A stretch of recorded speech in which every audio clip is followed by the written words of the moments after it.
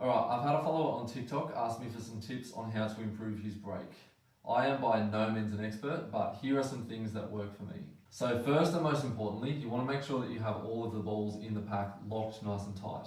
Any little gaps in there are going to absorb a bunch of the impact and stop the balls from spreading properly. I choose where I break from just based on how well locked they are. So if it's really well locked on this side, but there are gaps on this side, I'll run through this way so that the impact makes it all the way through before sending over that way. And then I'll break from the middle if the whole thing, it just looks really nice and tight. I like to have the cue ball about 1 inch to 1.5 inches back from the head string and then hand on the rail. Obviously, if you prefer to do it, on the line with your hand down there, whatever works better for you. But I just find that coming from back here, obviously, the more room you have between your hand and the cue ball, the more impact you're going to get with less effort. So, yeah, on the rail, and then just give it some.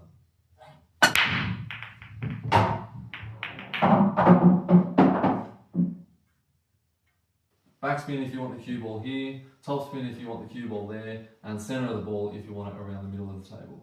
If in doubt, I would say go for the center of the ball because especially if you're having a tough time getting that spread, you want to make sure you have the cue ball in among the balls here. So, hope that helps.